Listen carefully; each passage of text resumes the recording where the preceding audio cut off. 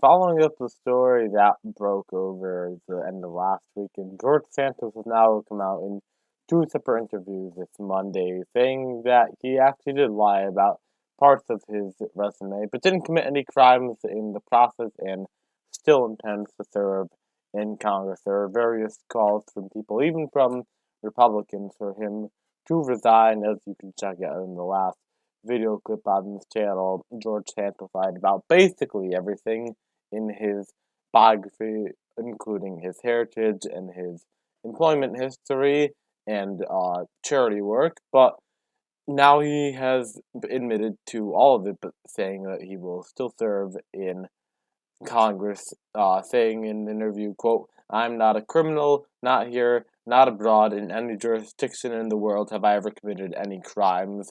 He did have a wire fraud or wire fraud case in Brazil, and a company that he did work for was accused of being a Ponzi scheme by the SEC, but no actual criminal convictions or even trials going on with either of those two cases. So yeah, so this factually, yeah, he is correct. He's not a criminal. No laws are broken. It's just incredibly dishonest to be lying about all of these things that he lied about, going on to say, to get down to the nitty and gritty, he's not a fraud. He's not a criminal who defrauded the entire country and made up his fictional character and ran for Congress.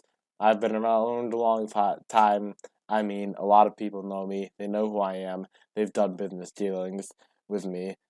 Saying he's not going to make any excuses for this, but and saying that a lot of people overstate in their resumes or twist a little bit, and he's not. And I'm not saying I'm not guilty of that.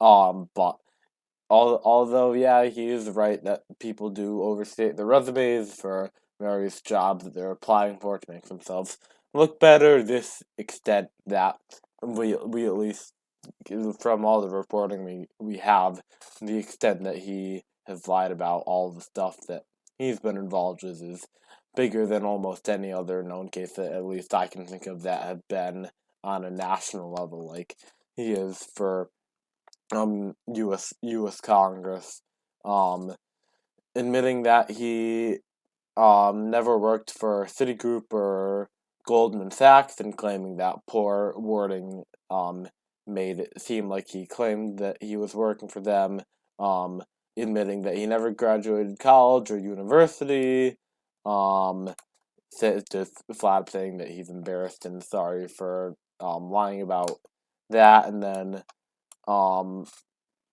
about the Jewish thing, saying that he never claimed to be Jewish, saying that he is a Catholic, but saying that his maternal family had a Jewish background.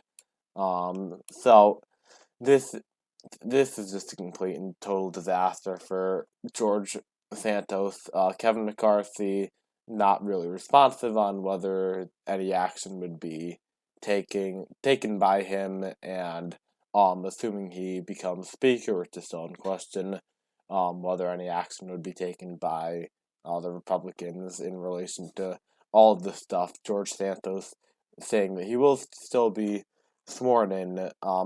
Seat that he flipped against Robert Zimmerman in the 2022 election, the Queens and Long Island area. So just a total collapse for George Santos. And finally, he's confessing to it and trying to play it off as not as significant as it actually is, and pushing forward with his indication that he will still be serving in Congress.